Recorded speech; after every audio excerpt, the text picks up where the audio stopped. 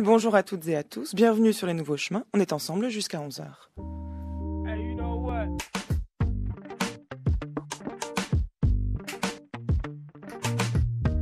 Cette émission fait quotidiennement appel aux imaginations créatrices de Geneviève Méric, Tristan Grenassia, Géraldine Mosna-Savoie, Marianne Chassor et Laure Andrion. Et elle est réalisée cette semaine par François Connac avec aujourd'hui à la prise de son, Hubert Jacquez.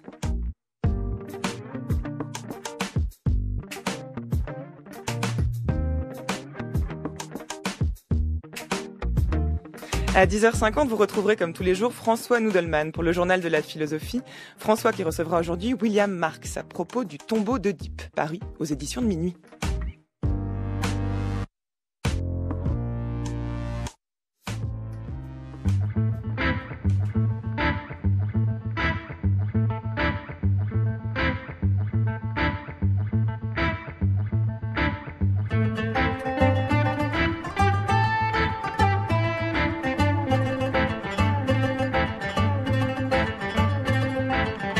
Après Sohrawardi, le philosophe de la lumière, avant Avicenne, le philosophe de l'âme, et avant la question de l'islam face à la modernité, un an après les printemps arabes, c'est aujourd'hui de Moullah Sadra que nous allons parler pour ce second temps de notre semaine consacrée à la philosophie islamique, ou plutôt sur la nature des relations entre islam et philosophie.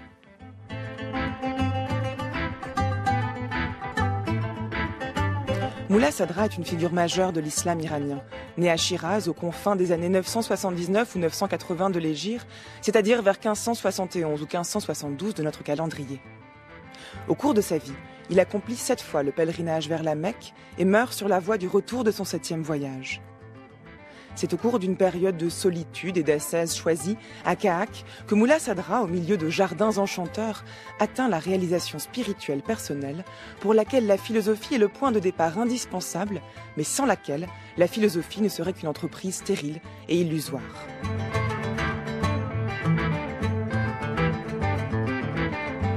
Mais l'éloignement n'empêche pas sa réputation de s'étendre et ses disciples d'affluer, notamment grâce à ses ouvrages dans lesquels il professe l'absence de contradiction entre révélation et philosophie, entre la croyance mystique et la déduction rationnelle. Mais comment expérience spirituelle et discours rationnel peuvent-ils être non seulement compatibles, mais complémentaires ? Et comment comprendre l'affirmation révolutionnaire du philosophe pour qui, en dehors de l'existence, il n'y a rien, et donc en d'autres termes, pour qui l'être n'est pas un concept, mais une réalité ? Pour nous guider en terre sadrienne aujourd'hui, Christian Jambet, auteur d'un ouvrage intitulé L'acte d'être sur la philosophie de Moullah Sadra paru chez Fayard, et Cécile Bonmariage, dont le livre consacré à Moullah Sadra se nomme Le réel et les réalités, et paru chez Vrin. La tendance de notre époque nous conduit trop souvent, hélas, à vouloir expliquer un phénomène religieux par des causes non religieuses. On s'est donné beaucoup de mal pour expliquer le chiisme par des circonstances politiques, sociales, géographiques ou autres. Ce faisant, on a oublié qu'une chose: si une religion déterminée existe, la première et dernière raison du phénomène, c'est l'existence de ceux qui la professent. L'explication première et dernière du chiisme, ce sont les chiites eux-mêmes. On peut rassembler toutes les circonstances possibles, toutes les causes théoriques idéales. Cela ne suffira jamais à donner un seul chiite si tout d'abord n'existe pas concrètement la forme et l'exigence d'une conscience religieuse proprement chiite.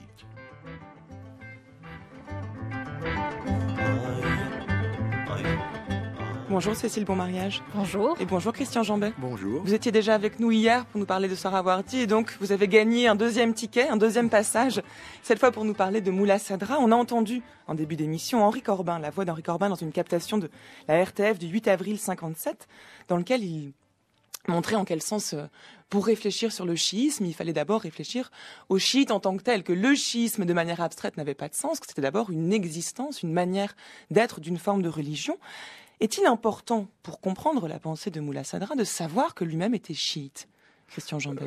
Oui, mais au sens où Corbin avait raison de le dire, c'est d'une forme de conscience très singulière de la foi chiite qu'il s'agit, sans entrer trop dans les détails, et eu égard au fait donc il a vécu entre 1571 et 1640-1641 à peu près, Moullah Sadra est typiquement un de ces savants chiites, philosophes, formé par ailleurs à l'ensemble des sciences traditionnelles de l'islam, qui se donne au fond une double mission.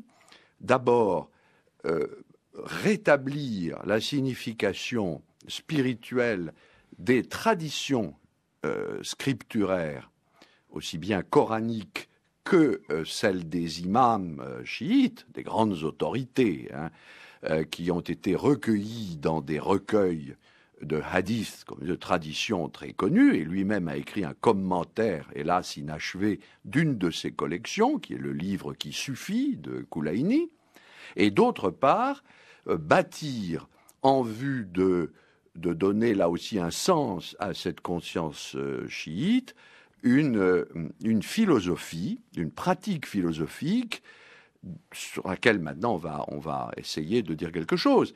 Et donc il avait la conviction, je crois que là-dessus on pourra s'entendre, du fait que puisque le chiisme était devenu religion d'État en Iran à la suite de la prise de pouvoir par les Safavides, sous Shah Ismaïl, la question posée était: que doit être cette religion, qui est la religion officielle? Et pour dire les choses vite, parce que quitte à se tromper, il y avait au fond deux tendances, mais qui n'étaient pas nécessairement opposées, mais tout de même rivales. Une tendance qui consiste à dire, eh bien, pour que la religion vraie s'implante parmi toutes les masses, qui n'étaient pas toutes chiites. Maintenant, on pense à l'Iran comme un Iran chiite, mais l'Iran n'était pas chiite, massivement. Il faut que les juristes, les théologiens enseignent, au fond, principalement une religion normative, une religion qui organise la vie morale et la vie spirituelle des masses, étant entendu que le pouvoir politique est occupé par le roi, qui lui-même est l'ombre de Dieu sur la terre. Et puis il y avait ceux, quelquefois les mêmes, mais avec d'autres aspirations, qui, comme Mullah Sadra, pouvaient penser que l'essentiel de la foi chiite, voilà, comme dirait Corbin, de la conscience chiite, était dans l'interprétation ésotérique du Coran et des imams, et d'autre part dans la mise en lumière de ce que la philosophie pouvait dire de l'existence, en effet, et de la réalité, conformément à la révélation, mais en un sens plus profond que la lettre de la révélation. Voilà. C'est en ce sens qu'il est chiite, mais ajoutons, mais c'est le dernier point, qu'il est un chiite, si j'ose dire, accueillant, c'est-à-dire c'est le moment, il faut bien voir, où ces savants chiites enseignent toutes les disciplines philosophiques et spirituelles de l'islam. Eux-mêmes sont souvent d'anciens sunnites. Je me demande, si on remonte au-delà du grand-père de Mullah Sadra, quelle était leur culture. Ils opèrent une synthèse. On a nommé Sohravardi, évidemment, il y a un regain d'études sohravardiennes et une synthèse où entrent aussi bien les grands théologiens sunnites. Donc, chiite, ici, il faut entendre vraiment en un sens assez universaliste. Dans l'extrait qu'on a entendu d'Henri Corbin, Cécile, bon mariage, on entendait l'importance que lui-même mettait à distinguer le chiisme des chiistes et en insistant sur la dimension de l'existence de la religion. Et c'est évidemment à dessein qu'on a choisi de diffuser cet extrait pour ouvrir cette émission, puisque c'est en partie ce qui distingue la pensée de Mullah Sadra de, par exemple, celle de Sohravardi dont on parlait hier, à savoir cette forme de conversion qu'il opère, où il fait passer, où il met en premier l'existence et non plus l'essence. Et ça peut paraître, c'est très révolutionnaire en tant que tel, puisque jusqu'à présent, Avicenne, dont on parlera demain, mais aussi Sohravardi et d'autres philosophes dont il hérite, finalement, affirmaient l'inverse, affirmaient la prééminence de l'essence sur l'existence. Alors comment expliquer ce retournement-là, Cécile Bonmariage ? Tout à fait, c'est là une révolution. Mais avant de répondre vraiment à votre question, je voudrais un peu rebondir sur ce qui vient d'être dit, parce que dans le passage dit par Henri Corbin, on entend bien qu'il s'agit de ne pas confondre le chiisme comme quelque chose de théorique et les chiites. Il faut bien penser ici que c'est bien une pensée chiite, mais c'est une pensée chiite, c'est la pensée de Mullah Sadra. Ça ne veut pas dire que c'est la pensée chiite. Elle l'est devenue. Elle le devient d'ailleurs de plus en plus aujourd'hui, mais c'est quelque chose qui date du 19e siècle. Dans son temps, il n'était pas la personne qui parlait au nom du chiisme. Donc si sa pensée s'inscrit bien dans une pensée chiite et est bien une pensée islamique, là pour le coup, elle n'est pas la pensée islamique ou la pensée chiite. Alors peut-être juste avant d'aller plus loin, en 2 mots, qu'est-ce que ça veut dire une pensée chiite ? Justement, vous avez parlé du sunnisme avant, on ne va pas rentrer dans ce débat-là, mais juste peut-être définir d'emblée ce qui distingue le chiisme, par exemple, du sunnisme au sein de l'islam. Eh bien, par exemple, on a moins de problèmes pour faire de la philosophie, au sens où il est inscrit au sein même de l'idée de chiisme qu'il faut interpréter les textes, qu'il y a quelque chose à chercher au-delà du texte. Donc il est très difficile d'être purement littéraliste en chiisme. Mais après, on peut interpréter le texte de différentes façons. On ne doit pas nécessairement être un philosophe à la Molla Sadra, on peut être un soufi, on peut être un juriste, on peut être un tas de choses. Donc c'est là quelque chose qui permet plus le type de pensée que nous verrons ici. On voit la différence, par exemple, avec ce qui a été dit hier concernant d'autres penseurs. Je crois réellement que Molla Sadra veut faire une pensée islamique. On le voit dans la façon dont il écrit. Souvent, quand il parle d'une théorie, il dit « mais il faut tenir cela ou sinon c'est contre l'enseignement du prophète ou des imams ». On ne verra pas ça chez un Avicenne. Avicenne, tout aussi philosophe que Molla Sadra, a un tout autre but dans ce qu'il fait. Ce qu'il construit, c'est réellement un système d'explication du réel qui a son origine chez les Grecs. Et il construit quelque chose comme ça, mais son but, ce n'est pas d'essayer d'avoir une pensée qui concorde avec l'islam. Il n'essaye pas non plus d'avoir une pensée qui est contre l'islam. Ce n'est pas là son propos. Son propos, c'est construire quelque chose, et comme il se fait que le quelque chose qu'il construit pour lui est le vrai, bien sûr, ça va concorder. On va pouvoir trouver une interprétation qui va fonctionner. Mais ce n'est pas ça qui est fait. Donc voilà, c'est une grande différence entre les différents types de philosophes qu'on a ici. Parce qu'ici, Molla Sadra, lui, veut faire pensée islamique. Et par exemple, on sait, Avicenne a quelques commentaires du Coran, mais très très peu. Ici, on a vraiment un commentaire beaucoup plus approfondi, beaucoup plus fouillé. Alors dans ce cas, comment comprendre l'écart qui sépare Avicenne et Avicenne de Molla Sadra en l'occurrence, puisque d'accord, il veut faire une pensée proprement islamique et pour autant il remet en question ce qui semblait être des acquis assez fondamentaux au sein de la pensée même philosophique de l'islam. Oui, mais Avicenne n'est pas le tout de la pensée, de la philosophie en terre d'islam. Bien sûr, c'est une pensée fondamentale, c'est bien entendu. Après lui, on lit rarement les penseurs qui l'ont précédé. Avicenne, c'est le socle. Et d'ailleurs, c'est le socle pour Molla Sadra lui-même aussi. Justement, il part de là.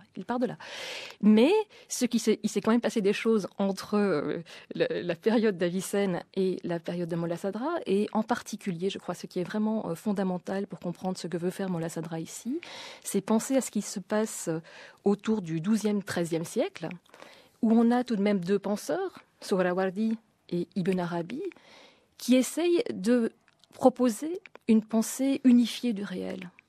Donc ce qu'ils veulent penser et ce qu'ils pensent correspondre le mieux à la réalité et à la pensée islamique, où l'importance d'un Dieu unique, d'un Dieu qui est seul et qui vient aussi en être seul à être, est fondamentale. Donc ils se mettent à penser comme ça, une pensée plutôt de l'un et de la participation. Et c'est là que c'est important pour Molla Sadra, parce que lui, qu'est-ce qu'il va faire ? Et c'est là quand je reviens à votre révolution, ce qu'il va... Enfin, la mienne, celle de Molla Sadra, en la tout cas. révolution que vous évoquiez, on va dire. Ce qui se passe, c'est qu'alors, Molla Sadra va, partant d'Avicenne et de ses questionnements, va vraiment mettre dans ce genre de pensée la pensée de l'un. Moi-même, j'étais un de leurs ardents défenseurs pour affirmer que l'être n'a d'autre réalité que la considération qu'on en a, et que les quidités sont fondées dans la réalité, jusqu'à ce que mon Seigneur me guidait et eût dévoilé pour moi de façon claire qu'il en est exactement le contraire. Ce sont les existences, en effet, qui sont les réalités ancrées dans la réalité, et qui ont lieu dans le concret, tandis que les quidités, qu'on appelle dans l'usage d'un groupe des gens du dévoilement et de la certitude les déterminations immuables, n'ont jamais senti le parfum de l'existence, ainsi que cela t'apparaîtra du contenu de ce que nous allons dire, si Dieu veut. dire que les quidités n'ont jamais senti le parfum de l'existence, Christian Jambel. Je trouve cette formule très très belle, le parfum de l'existence, et en plus, elle est particulièrement révélatrice de la position de Moulay Sadra. Oui, alors, ce texte, évidemment, suppose une certaine interprétation du mot quiddité. Et le point de départ est ceci, que la quiddité, traduisons, ce qu'est une chose. L'animalité, l'humanité, la choséité, au fond. La choséité d'une chose. Ou même la socratité de Socrate. Est en effet, comme le dit le texte, une détermination, une finitude. Et au fond, parmi ces penseurs du XIIe et du XIIIe siècle que vous évoquiez, il était admis que ce qui existe, en particulier pour Sohravardi, c'est la chose même, l'essence même de la chose, autrement dit sa quiddité, dans sa détermination. Ce qui existe, ça n'est pas l'humanité abstraite, c'est l'humanité dans un homme, en Socrate. Donc l'existence ne serait qu'un point de vue. Et c'est de ça qu'il dit. J'ai longtemps cru ça. Et en effet, si je dis Socrate existe, et je pense à l'existence de Socrate, c'est une abstraction. Et lui renverse ça. Et il le renverse pour la raison que disait Cécile Bonmariage, parce que le reproche qu'il fait, par exemple, aux lecteurs de Sohravardi, c'est d'avoir multiplié le réel. S'il y a autant de réalité que de quiddité, que d'hommes, que d'animaux, que de lumière, que d'intelligence, que d'âme, etc., comment va-t-on rétablir les droits de l'un? C'est en ce sens que tout part de l'un et tout revient à la question de l'un. Mais alors, pourquoi le faut-il? Pourquoi faut-il rétablir les droits de l'un? Il faut rétablir les droits de l'un, d'abord parce que Dieu le dit, et deuxièmement parce que la raison le dit. C'est important. Pour Sadra, là, évidemment, il est héritier du néoplatonisme, il est héritier d'énormément de penseurs. Partout où il y a unité, il y a être. Être, c'est être un. Dire unité ou dire réalité, c'est dire la même chose. Partout où il y a dispersion, éclatement, multiplication, il y a désordre et il y a mort. Et donc non-être. Et ça, l'expérience d'ailleurs peut le montrer. Mais l'un, et on y reviendra probablement, n'est pas un un figé. C'est l'unité d'un mouvement. C'est l'unité d'un mouvement. Et ce qui fait l'intuition de ce paradoxe, que l'un soit au commencement et à la fin, mais qu'en même temps il soit l'unité d'un mouvement, c'est ce que permet l'être. Alors évidemment, le mot « être », on y est habitué, mais ici, il prend une consonance toute particulière, et je suis bien d'accord avec vous, c'est la lecture d'Ibn Arabi qui le persuade qu'on ne peut pas sauver l'unité du multiple, et au fond, l'enracinement du multiple dans l'un, si on n'utilise pas le vocabulaire de l'être. Donc, bazar, il n'y a pas d'autre mot, un édifice vénérable en vue de donner des droits à cette unité qui est la réalité même. Et donc, mais du coup, il redéfinit le terme même de être, Cécile Bonmariage, puisqu'en voulant le sauver, en faisant un synonyme de un, mais en voulant maintenir ensemble l'un et la multiplicité, il doit redéfinir l'être non plus justement comme essence, mais comme existence. Oui, si on le prend en ce sens-là, d'accord, mais c'est pas tellement redéfinir l'être, c'est revenir à penser l'être comme un acte, donc comme l'acte même d'exister. Et donc c'est pas redéfinir parce que c'est penser l'être d'une autre façon. Il conçoit tout à fait aussi le concept d'être. Il va dire oui, on peut dire des choses qu'elles sont dans un concept, mais ça ne dit pas ce qu'est la chose. L'acte d'être, c'est là quelque chose de beaucoup plus fondamental qui est ce qu'est la réalité des choses, dit-il, je crois que c'est dans les Masha'ir. Et il dit aussi, pour revenir sur ce que vous disiez sur l'un et l'être, c'est aussi la perfection qui va avec l'un.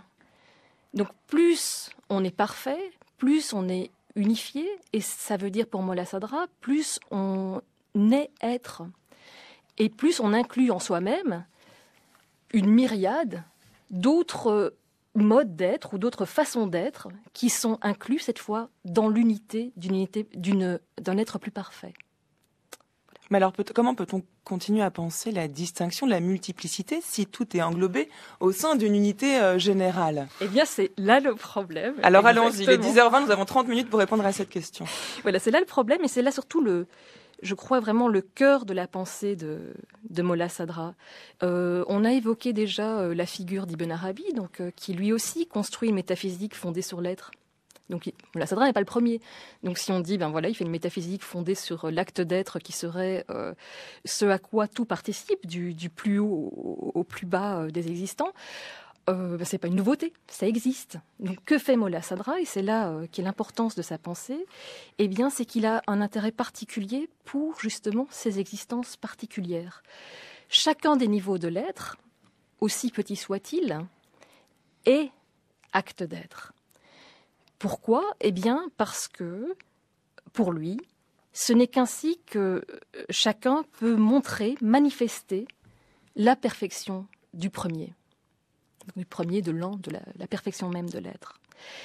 Dans une pensée comme celle d'Ibn Arabi, qui ressemble tout à fait dans ses prémices à des choses qu'on voit ici, on voit que la multiplicité n'est pas tellement dans les actes d'être eux-mêmes, mais dans des manifestations de l'être.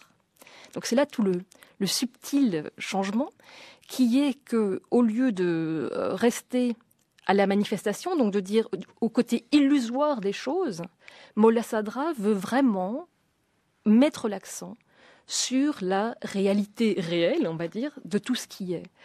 D'où le titre de mon livre, d'ailleurs, Le réel et les réalités, parce que je crois que c'est quelque chose qui ne peut se penser en ces termes de façon plénière que par la pensée de Molla Sadra. Donc du coup, le réel se déploie en autant de réalités. Le tout est englobé sous le terme d'être, mais c'est un déploiement du réel vers des réalités qui du coup prennent la forme de différents degrés, peut-on dire ainsi, d'intensité d'être. Christian Jambet. Oui, moi je ne sais pas ce que vous en penserez. Moi, j'avais proposé même d'insister sur le point capital que vous disiez, en utilisant un vocabulaire de la monadologie, qui d'ailleurs est parfaitement justifié par des expressions en arabe utilisées par Molla Sadra. Chaque degré d'existence est, on peut dire ça, c'est un peu barbare, mais une monade d'existence, c'est-à-dire a en soi-même une substantialité, non seulement une intensité, effectivement, mais une effectivité. Mais en revanche, il y a un modèle chez Sadra qui est très important, qui est le modèle de la racine et des dérivés, à prendre au sens mathématique comme au sens métaphysique. Et chacun pourra éventuellement comparer cela à Leibniz. La racine, c'est la perfection dont vous parliez, c'est-à-dire le degré supérieur d'intensité d'être, par exemple pour l'humanité, pour un homme. Et cette racine se trouve elle-même avoir une racine encore supérieure, à un degré encore supérieur. Et nous-mêmes, dans notre développement, êtres humains, nous déployons des degrés divers d'intensité et nous nous situons à un certain degré de dérivation. Alors, c'est comme sur une courbe, il y a une dérivée qui est au plus bas et qui est la plus lointaine de la racine, et puis il y a des dérivées toutes proches de la racine. Et c'est ça, je crois, qui peut permettre l'intuition de ce que vous disiez. Vous avez parfaitement raison. Et pour Ibn Arabi, et c'est ce qui fait d'ailleurs que nous n'avons pas affaire à un soufi, mais bien à un philosophe, pour Ibn Arabi, il n'y a que des ombres. Alors des fois, on a ça aussi chez Sadra, mais les ombres, ce sont les finitudes. Les ombres, ce n'est pas ce par quoi nous apparaissons, mais ce par quoi nous cessons d'apparaître. C'est ce qui nous détermine et nous fige. Donc ça n'est pas notre être, c'est la limitation de notre être. Et il n'y a pas cette pensée du coup de l'ombre et de la limitation de l'être au sein de la pensée de Molla Sadra. Il n'y a pas, on parlait hier de Sohrawardi, donc du conflit entre ténèbres et lumière. Il parle de l'ombre des quidités. Alors ça, c'est une difficulté. Moi, alors comment les êtres peuvent-ils être limités s'ils font partie de l'un qui est donc l'être et qui n'est que puissance d'exister. Enfin, vous voyez que où est le négatif dans tout ça? Où est la limite? Mais il faut bien qu'on arrive à avoir des existences particulières. Donc, si on reste dans l'un et qu'on ne sort pas de l'un, nous ne serions pas là. Et il n'y aurait rien à dire, enfin, dans le processus. Non. Donc, beaucoup, même dans le vocabulaire, ça ressemble très fort à du Ibn Arabi. On a des passages qui ressemblent vraiment à du Ibn Arabi. C'est essayer de comprendre ce qui est derrière ce qui est dit. Et ce qui est derrière ce qui est dit, c'est, il me semble, le fait que, donc, pour Molla Sadra, au début, la perfection même de l'être le plus absolu, le meilleur, s'épanche, se déploie. Et fait que tout ce qui est après lui, donc que tous les niveaux de perfection plus ou moins grandes des choses viennent à être. Ces choses sont bien sûr toutes, si on regarde du côté du principe, des modulations du principe lui-même. C'est toutes des déterminations que l'être supérieur se donne lui-même pour être, mais en même temps, toutes ces déterminations sont bien à leur niveau des existences. C'est là le point central de ce que dit Sadra, mais aussi la grande difficulté, parce qu'il est vrai que dans certains textes, ça ne fonctionne plus. Dans certains textes, où il veut parler de l'un et du retour du tout à l'un, on voit bien qu'il va dire « Ah, mais au fond, il n'y a que l'un qui est ». Et puis, dans d'autres textes, il va insister sur les choses particulières. Et là, il reprend une parole, je crois que c'est d'un imam, qui dit « Avec toute chose, sans être lié avec aucune, autre que toute chose, sans la délaisser ». Voilà ce qu'est le premier principe. Et pour expliquer la chose, parce que ce n'est pas facile, et justement, c'est un des problèmes chez Sadra, c'est voir cette tension entre l'un et puis les choses qui sont. Il faut comprendre ce que dit Sadra, notamment de l'acte de l'homme, dont il va dire « c'est bien un acte de l'homme, c'est bien l'homme qui agit là, mais c'est tout à la fois Dieu qui agit, puisqu'il n'y a que Dieu qui est parfaitement. » Comment comprendre ? Eh bien, si on veut avoir une lecture, nous aussi, amicale et positive de Molla Sadra, et qu'on veut comprendre et pas dire non, là il dit n'importe quoi, il essaie de nous faire tenir des choses qui ne sont pas tenables, mais si on veut lire avec Sadra, ce qu'il faut comprendre, c'est bien l'être et l'acte du premier principe dans le fait même de l'acte d'être, mais dans sa détermination, qui est cela même qui fait que c'est l'acte ou l'acte d'être de tel être particulier, là, c'est bien l'être particulier qui trouve sa place. Les choses ayant une nature tendent vers leur perfection et leur fin. L'homme, dans l'ensemble des existants naturels, a en propre ceci.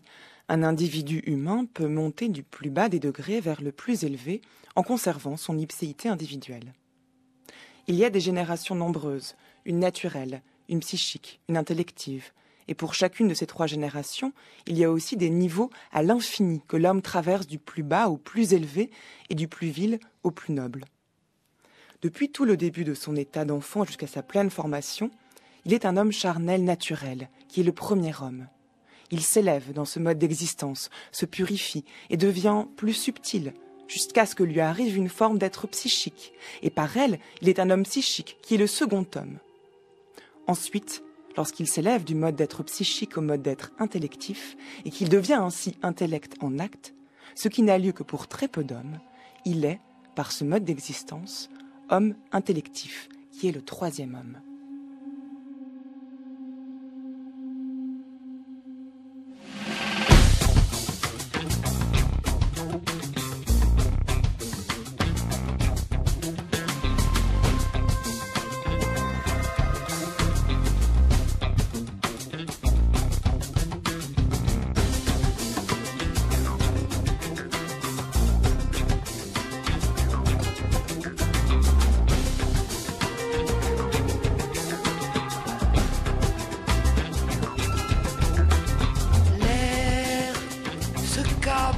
Dans la nuit d'hiver, tout est silence, terre et ciel.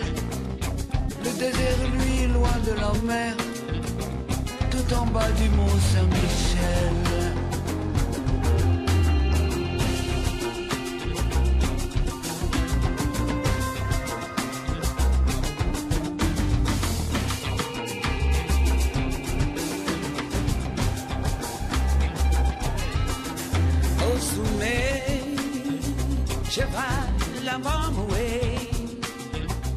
Vous écoutez France Culture, vous êtes sur les nouveaux chemins de la connaissance, il est 10h30 et nous consacrons toute cette semaine à la philosophie islamique, islam et philosophie. Et aujourd'hui, nous parlons du philosophe Moula Sadra en compagnie de Cécile Bonmariage et Christian Jambet. Cécile Bonmariage, auteur du Réel et les réalités, un ouvrage consacré à Moula Sadra qu'on trouve chez Vrin. Et Christian Jambet, auteur notamment, entre autres, de L'acte d'être, la philosophie de la révélation chez Moula Sadra qu'on trouve chez Fayard. Le rythme royal me chante et m'appelle, volant chez des balles, les langues cruelles.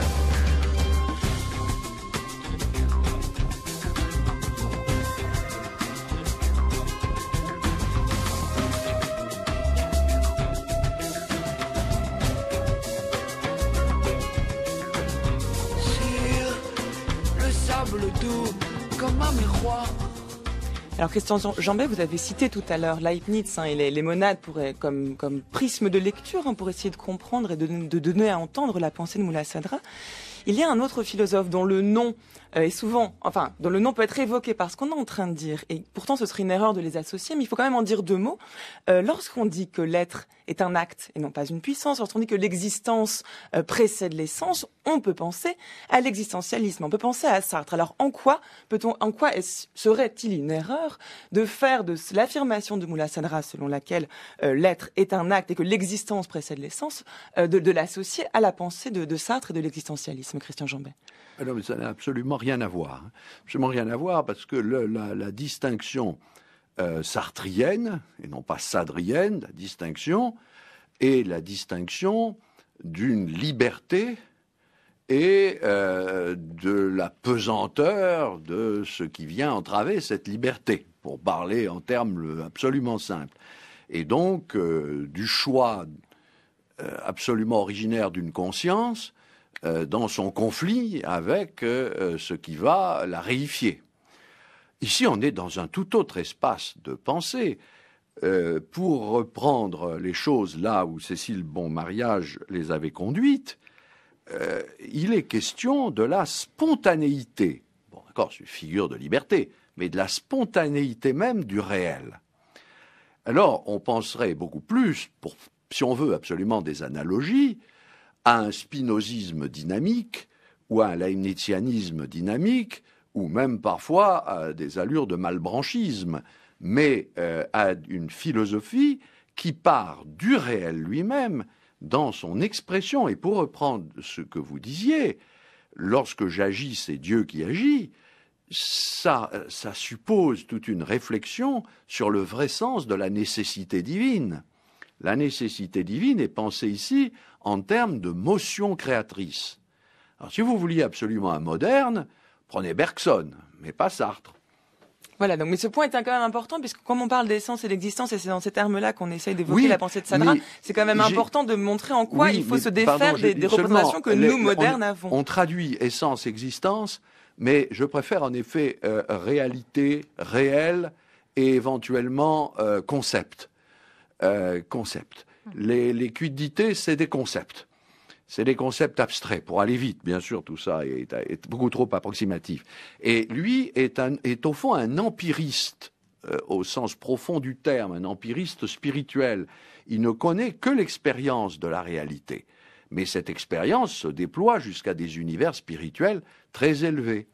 Et puis, vous parliez de modulation. Alors c'est vous qui d'ailleurs avez trouvé cette expression pour traduire un terme impossible à traduire. Là vous parlez de Cécile Bonmariage, voilà, je parle de Cécile à côté de vous en studio. Tachkik, la modulation de l'être, c'est particulièrement heureux parce qu'effectivement, il se heurte à ce problème fondamental. S'il y a une univocité de l'être, si l'être est un, comment peut-il et je reprends votre terme, moduler de manière multiple? Alors certains lui ont fait d'ailleurs le reproche parmi les successeurs, je pense à l'école de Rajab Ali Tabrizi, qui ont dit « Mais alors, Dieu, que faites-vous de ce que disent les imams du fait que l'essence de Dieu est totalement inconnaissable et transcendante ?» Et puis à l'inverse, comment sauvez-vous la multiplicité des créatures de Dieu? Donc il s'est flanqué dans des problèmes théologiques pas possibles. Mais il s'en sort en effet avec cette affaire de modulation. L'être se module presque en un sens musical. il est affecté de variations symphoniques à l'intérieur des pluralités. Mais alors jusqu'où pousse-t-il cette pensée d'une variation symphonique et donc cette pensée des degrés d'intensité dans la réalité? Va-t-il jusqu'à affirmer du coup qu'entre, disons, la matière et l'esprit, entre le corps et l'âme, il n'y a qu'une différence de degré, non pas de nature? Cécile Bonmariage. Je pense en effet que c'est ce qu'il pense fondamentalement. Et c'est très bien d'évoquer l'idée de corps et d'âme, parce que c'est en l'homme que ça se voit le plus pour Sadra. Et surtout, ça se voit le plus en comparaison avec d'autres penseurs avant lui. La question de c'est quoi le devenir de l'homme, quelle est la perfection ultime que l'homme peut acquérir, est une question qui a été au sein de la pensée et de la philosophie qui est née dans le monde arabo-islamique depuis le départ. Mais Molla Sadra, lui, essaye de penser et ne peut penser l'homme que comme étant le corps et l'âme, l'ensemble. Parce que l'homme n'est que par ça. Et dans cette idée de modulation et de perfection à accomplir de chacun de ces degrés d'acte d'être, dont on parle à présent, eh bien, l'homme a une place tout à fait particulière parce qu'il peut passer à travers les différents pans de la réalité, les différents plans de la réalité, je voulais dire, les différents modes d'être que sont l'être matériel, l'être au niveau de l'âme, donc au niveau de l'imagination, et l'être au niveau de l'intellection, de l'intelligence pure. Il peut passer à travers tous ces différents modes en restant lui-même, en tant qu'individu. Et lui seul, dit Molla Sadra, est ainsi parce que lui seul n'a pas un lieu déterminé à l'avance qu'il a à accomplir. Ça donne quelque chose d'extraordinaire qui est que l'homme est le seul à ne pas savoir ce qu'il va devenir dans les autres pans de l'être. Il peut très bien ne jamais arriver à un autre mode d'être, en rester à l'être matériel, mais il peut aussi être amené à devenir un des anges. Et c'est là... Ou un des démons. Ou un des démons, tout à fait, oui, je prenais les côtés positifs. Mais donc ça donne vraiment une idée de l'homme beaucoup plus complète de la part d'un penseur comme Molla Sadra.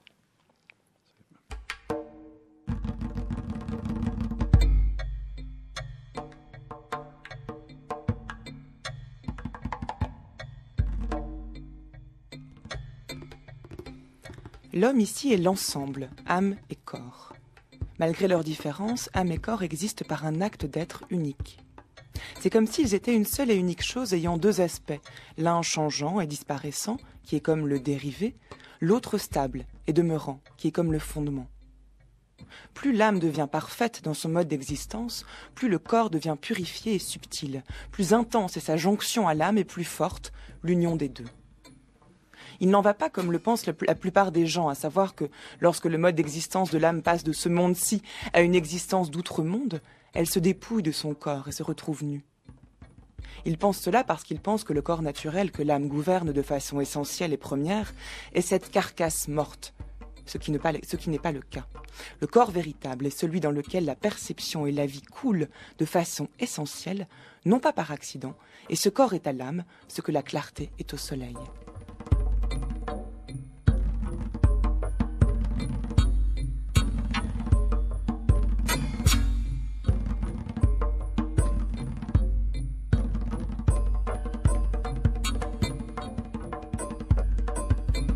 Cécile Bonmariage, on a là dans ce texte donc c'est peut-être ce lien entre l'homme et le corps dont vous parliez juste avant, mais aussi cette occurrence, on n'en a pas encore parlé, de l'existence d'outre-monde. Cet outre-monde, ce qui est fondamental pour comprendre la pensée de Molla Sadra, on n'en a pas encore parlé. Et il me semble que justement ce thème du rapport entre le corps et l'esprit, ou le corps et l'âme chez Molla Sadra, est une bonne façon d'aborder cette importance de l'outre-monde, cette espèce de milieu entre un monde et un autre qui permet de penser l'évolution de l'homme, même si on ne sait pas vers quoi il va, mais montrer ce déploiement de l'être à travers l'évolution de l'homme lui-même. Oui, donc d'abord, c'est quoi cet outre-monde ? Eh bien, c'est l'intermédiaire entre un monde de la matière, le monde d'ici-bas, et puis un monde de l'intelligence, qui est un monde qui, là, est tout à fait dépouillé et de matière et d'espace, on va dire. Mais ce monde-là est bien un monde de forme. C'est ce qui le différencie du monde qui est au-dessus de lui, du monde de l'intelligence. Et c'est le monde qui permet à des penseurs comme Molla Sadra de penser comment on peut survivre à la mort de la matière sans devenir par là, tout de suite, sans entre-deux, une intelligence dans un monde qui... Comment ferait-on si on n'a pas un intermonde, on ne sait pas sauver la vie de l'homme après la mort. Donc ici, ce qu'ils essayent de penser, c'est... je vois tout de suite Christian Jambet qui fait des signes de la tête. Non, mais parce que il faut tout de suite dire, ce n'est pas qu'après la mort. Pour Molla Sadra, on vit dès aujourd'hui dans ces différents niveaux. L'homme est en constante montée et en constante descente du monde de la matière au monde de l'intelligence et vit à travers ces différents niveaux. Alors pour revenir à l'outre-monde, c'est le lieu pour Molla Sadra pour sauver l'idée qu'il veut absolument garder, qui est celle que l'homme est bien âme et corps. L'homme, ce n'est pas une âme éthérée, une âme immatérielle, agissant dans un corps et s'en servant pour trouver sa perfection, et puis l'abandonnant au moment où sa perfection est accomplie. L'âme, il dit dans un texte que l'âme, le fait d'être âme pour l'âme, c'est constitutif de ce qu'elle est. Et être une âme, c'est s'occuper d'un corps, c'est avoir un corps, c'est agir à travers un corps. Donc, tant que l'âme reste âme, que ce soit dans le monde de la matière ou que ce soit dans le monde où il y a aussi de l'espace et des formes, mais pas de matière, qui est le monde de l'imagination, cet intermonde, il y a aussi pour l'âme un corps qui permet, ce qui permet d'expliquer aussi la résurrection corporelle. Grand problème pour les philosophes de notre tradition et aussi une des questions épineuses pour les critiques des philosophes qui vont dire que c'est là, Razali disait, c'est là une des choses qui fait qu'un philosophe peut être qualifié d'impie, parce qu'il ne garde pas la résurrection corporelle.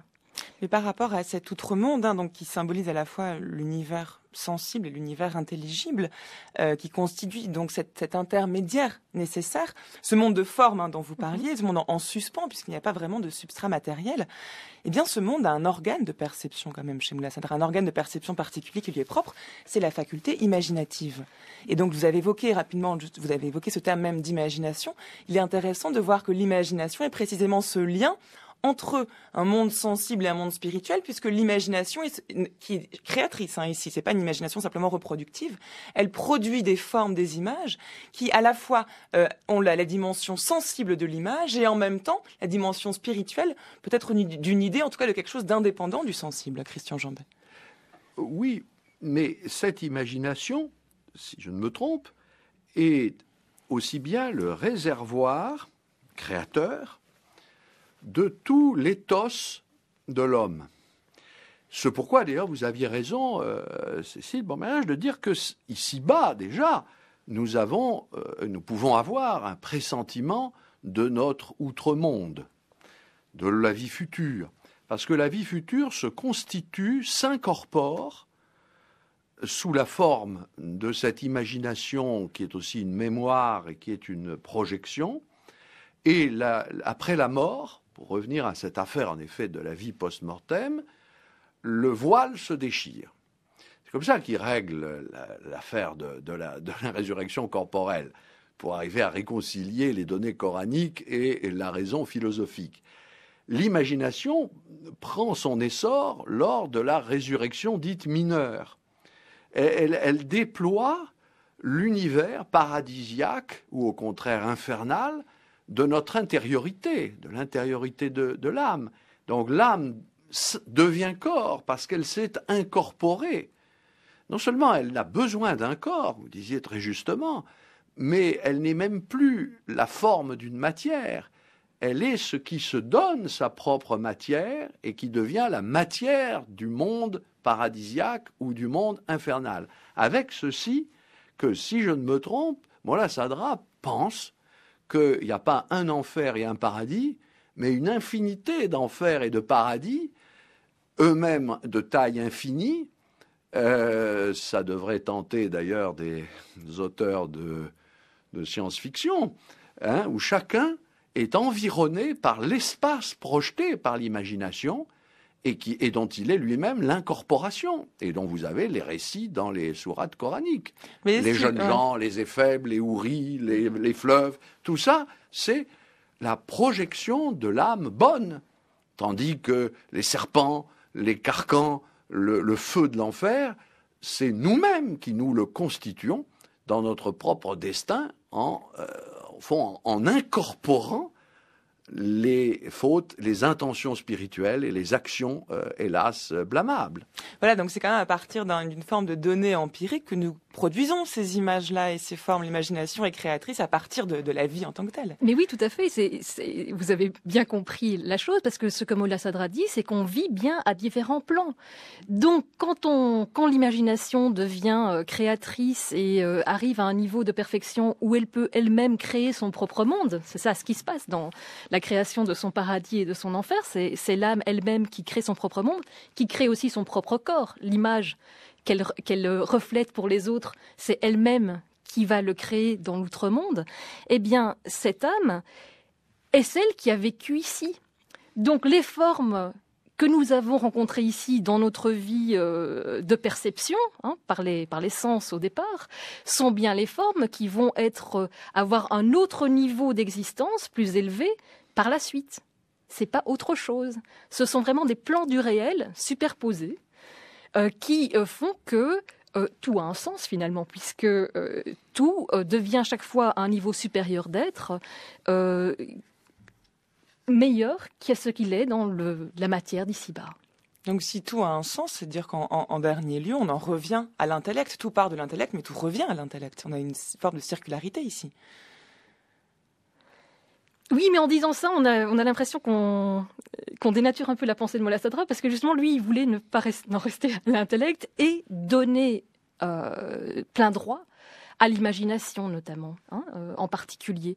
À ce moment où on n'est pas tout à fait en dehors de ce qui est forme et de ce qui est aussi rencontre, de l'un à l'autre, en essayant de sortir de l'intellectualisme prôné par ses prédécesseurs, notamment Avicenne, qui a essayé de penser l'imagination, mais qui avait quand même beaucoup de problèmes avec ça. Eh bien, Avicenne, justement, on en parlera demain. On est bien peu de choses, et mon amie la rose me l'a dit ce matin. À l'aurore, je suis née, baptisée de rosée. Je me suis épanouie, heureuse et amoureuse. Au rayon du soleil, me suis fermée la nuit, me suis réveillée vieille. Pourtant j'étais très belle, oui, j'étais la plus belle des fleurs de ton jardin.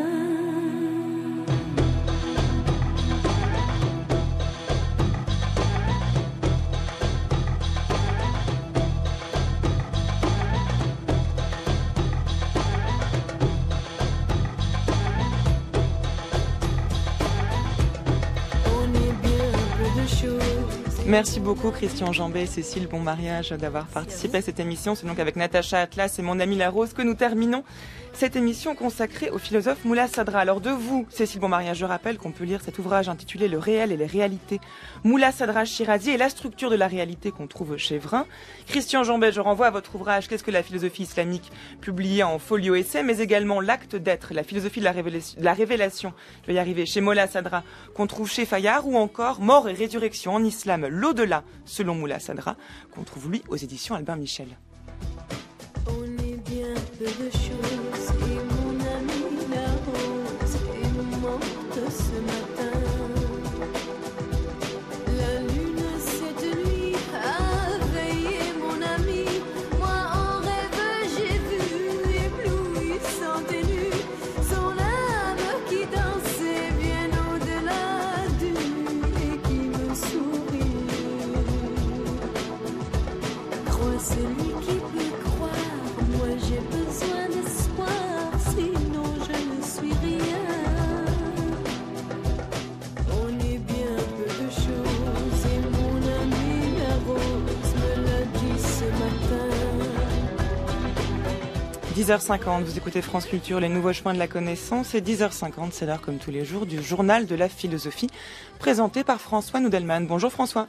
Bonjour Adèle. Les philosophes adorent le tragique. Combien de gloses n'ont-ils pas écrites sur Édipe, Antigone? Et s'ils étaient passés complètement à côté de la tragédie? C'est la suggestion provocatrice de William Marx dans Le tombeau d'Édipe pour une tragédie sans tragique parue aux éditions de Minuit.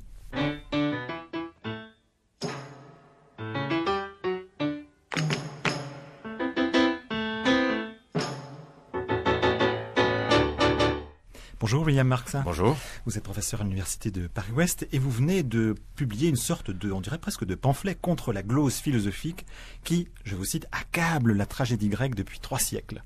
Oui, en fait, ce n'est pas un pamphlet contre la philosophie, mais c'est contre ce que la philosophie a fait de la tragédie grecque. Alors, qu'est-ce qu'elle en a fait? Eh bien, elle en a fait quelque chose qui s'insère parfaitement dans l'histoire de la philosophie, à savoir, après Kant, il fallait retrouver une sorte d'union du conditionné et de l'inconditionné, et ces antinomiques anciennes ont permis l'apparition de ce concept de tragique qu'on a accolé à la tragédie grecque. Mais ce que j'ai essayé de montrer, c'est que précisément ce concept de tragique n'a rien à voir avec la tragédie elle-même. Oui, mais vous retracez en quelque sorte la glose philosophique, alors Schelling, Hegel, Schopenhauer, Nietzsche, sur donc ce que serait le tragique. Mais comment le tragique a-t-il pu être aussi déconnecté de la tragédie elle-même, des tragédies elles-mêmes? Ce tragique, on l'a formé à partir de 2 ou 3 tragédies, à savoir Édipe roi, à savoir Antigone, mais que ces tragédies ne sont en rien représentatives de l'ensemble des tragédies. Et vous avez choisi plutôt Édipe à Colonne, pourquoi? Eh bien parce que c'est la dernière pièce de Sophocle, qui est représentée de manière posthume, mais aussi, en histoire, aussi la dernière en date de toutes les tragédies représentées. Ce qui en soi, de toutes les tragédies que nous ayons conservées, excusez-moi, et non pas de la dernière en date des tragédies représentées. Il y a eu beaucoup d'autres représentées. Mais il me semble intéressant ici de prendre Édipe à Colonne comme contrepoint, comme repoussoir d'Édipe roi qui a été le modèle, et de montrer qu'en fait, c'est une tragédie qui ne correspond pas du tout au modèle tragique. Alors qu'est-ce qui coince? Qu'est-ce qui ne correspond pas? Eh bien, c'est par exemple, dans le modèle du concept tragique, il y a l'idée qu'il y a un héros accablé par le destin et qui, à la fin, meurt sous les coups du destin. Et ça correspond à effectivement un certain nombre de tragédies qui finissent mal.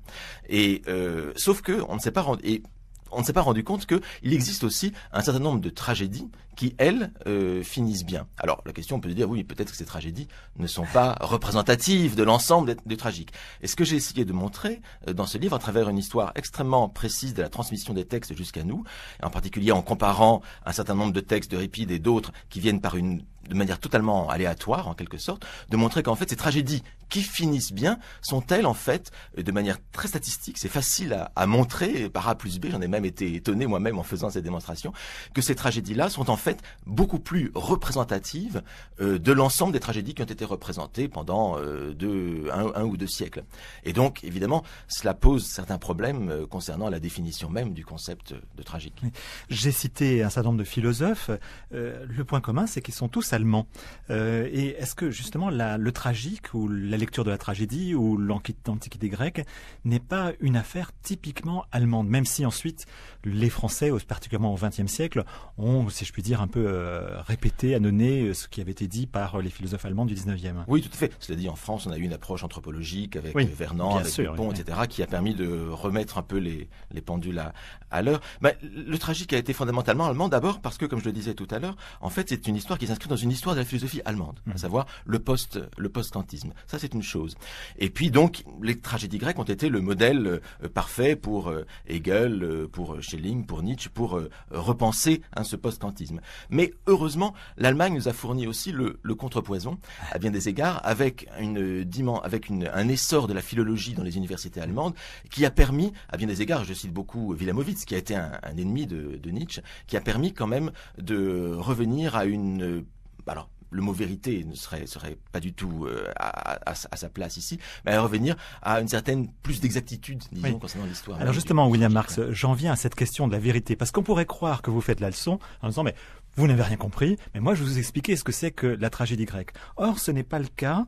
Vous ne vous réfugiez pas derrière l'idée d'une authenticité de la tragédie et alors là c'est deuxième provocation, vous vous déplacez plutôt vers un ailleurs pour chercher ce que pourrait être la tragédie grecque, où vous dites qu'on pourrait la saisir par exemple dans le théâtre No au Japon, donc, ou bien dans les rituels de la messe catholique ou dans la psychanalyse freudienne. Il se trouve d'une part que nous n'avons de la tragédie grecque qu'un corpus extrêmement réduit par rapport à tout ce qui a été représenté pendant un siècle. Disons, pour dire les choses, nous avons beaucoup moins de 5% des tragédies représentées pendant le grand siècle de Périclès. Donc c'est une sélection.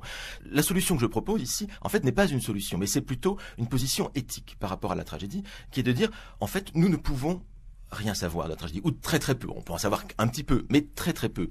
Et donc, ma position est de dire, au bout du compte, faisons avec ce que nous avons, n'essayons pas d'affirmer des vérités absolues, et essayons au contraire de trouver ailleurs des modèles qui nous permettent de réfléchir sur la tragédie grecque.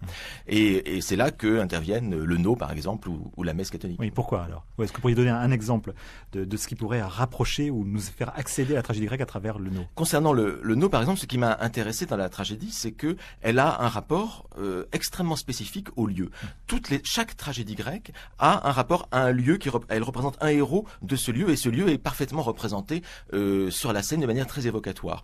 Et cela, on n'a absolument pas dans ce que j'appelle les néo-tragédies, par exemple celle de Racine en France, qui lui a un lieu qui est extrêmement indéterminé, extrêmement neutre. En revanche, on retrouve dans un type de théâtre qui a des formes assez proches de la tragédie grecque, à savoir le No japonais, même s'il n'a absolument aucun rapport historique, mais il y a de la musique, il y a du masque, il y a de la danse, on retrouve ce rapport au lieu extrêmement fort. Et il m'a semblé intéressant de croiser comme cela ces deux incomparables, mais qui, d'une certaine manière, permettent de penser un petit peu de quelque chose qui a été totalement perdu et que nous pouvons seulement évoquer et suggérer. Si j'entends aussi une approche critique de la philosophie derrière votre reprise de la tragédie, c'est qu'aussi qu'on doit admettre de l'inexplicable et qu'on doit se méfier de l'interprétation. Or évidemment, la philosophie, elle se repaît, elle jouit de sa faculté d'interpréter, quitte à oublier parfois son objet. Alors qu'est-ce que ça veut dire est-ce que c'est une sorte d'humilité d'admettre qu'il y a l'inexplicable, ou est-ce qu'on ne peut décrire que le comment, ou est-ce qu'on doit se déplacer ailleurs que dans la profondeur d'une interprétation illusoire? On pourrait dire que le refus de l'interprétation est déjà en soi une interprétation, donc comme le refus de la philosophie est déjà en soi une position philosophique. Mais malgré tout, ce que je voudrais proposer contre l'interprétation, c'est peut-être ce que Gumbrecht avait appelé la présence, c'est-à-dire un autre rapport au texte qui ne soit pas le rapport donc interprétatif, mais un rapport dont on pourrait trouver des éléments, par exemple dans la religion. C'est une possibilité. Ce sont d'autres modèles qu'il faut essayer d'utiliser pour penser et avoir un rapport à la tragédie grecque. Merci beaucoup William Marx pour ce livre très provocateur et très intéressant, Le tombeau d'Édipe, pour une tragédie sans tragique, paru aux éditions de Minuit. Vous pouvez retrouver le journal de la philosophie et le podcaster sur le site de franceculture.fr. Merci François de Moula-Sadra au tombeau d'Édipe, c'était donc la provocation du jour.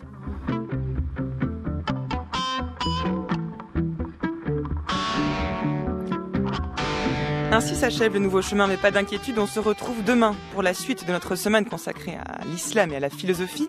Demain, je recevrai Myriam Septi et Christian Jambet pour parler d'Avicenne, le philosophe de l'âme. Si vous voulez réécouter cette émission, c'est possible en vous rendant sur le site internet de France Culture, franceculture.fr, à la page des nouveaux chemins.